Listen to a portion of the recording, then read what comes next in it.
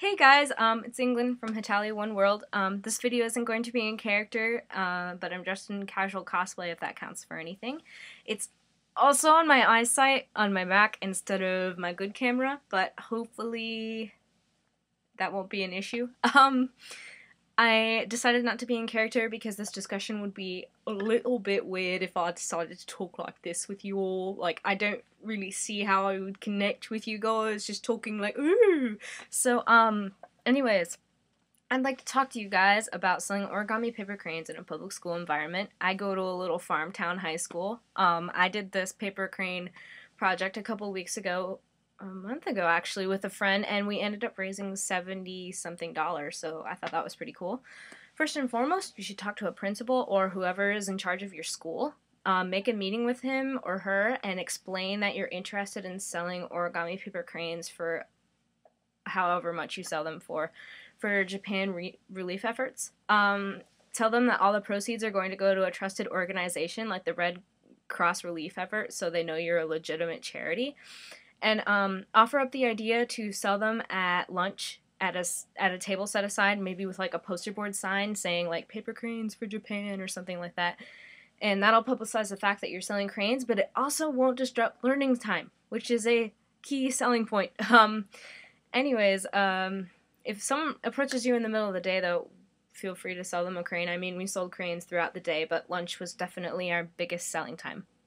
Tip number 2, buy origami paper. You don't necessarily have to use origami paper, especially if you can't really afford it or you have like all this colored printer paper lying around and you don't really want to buy it. But I bought all my paper at Hobby Lobby. They've got all kinds of different sizes, colors, patterns, and different size packaging and all this other stuff. But I bought a 100 pack of colored paper that had 100 different colors in it, and I made them in a more contemporary style, kind of like Prussia did for her tutorial. And my friend, she made hers more traditionally, and she used like traditional kind of like floral Japanese print for hers. But my only caution is don't use construction paper because that won't work. Tip number 3, create some cranes before you sell them. It should be sort of self-explanatory, but maybe some of you just kind of are jump the gun type of people and you'll get into it and realize I need cranes before I actually sell them crap. Also, you should practice on some scrap paper or like line paper or what have you if you've never made them before, so you don't ruin your good origami paper. Tip number 4, you should try to make it interesting for yourself. Hitalia One World gave you some good ideas, but another one is we put little fortunes inside of ours. We created 10 really, really cheesy fortunes about the people who were buying the birds, and they were just things like, you're a beautiful person, and you have a kind and generous heart, and things like that.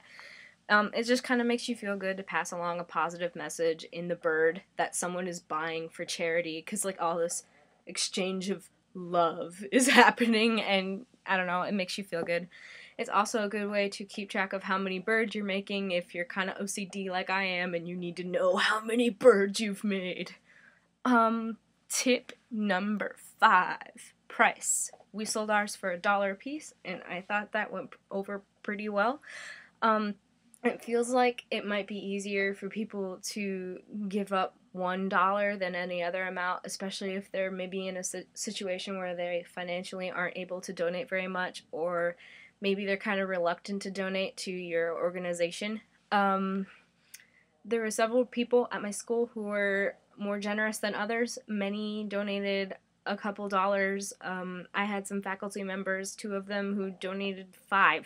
So it really kind of just depends on the person and how big their heart is and how much this cause means to them, really. $2 also seems like a legitimate and perfectly acceptable amount. It really just depends on what you believe would go over better. Just kind of make a decision for yourself. Tip number 6, keep the money and the cranes with you throughout the day at all times. You never know when someone's going to approach you and wants to buy them. You also don't know when you'll have to make change.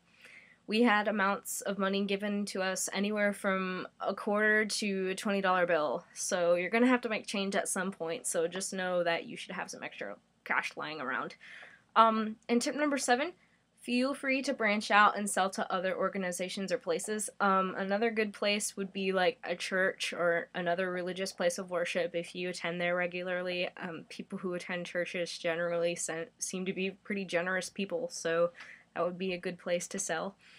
But anyways, I hope some of you enjoyed this video and used some of these tips maybe. Sorry again for it not being in character, and I'm sorry for it being a little bit long-winded.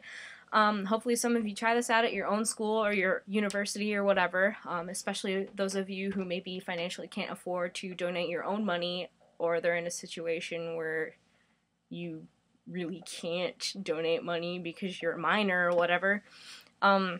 Anyways, I will see you later this month as England in character for the project. Bye!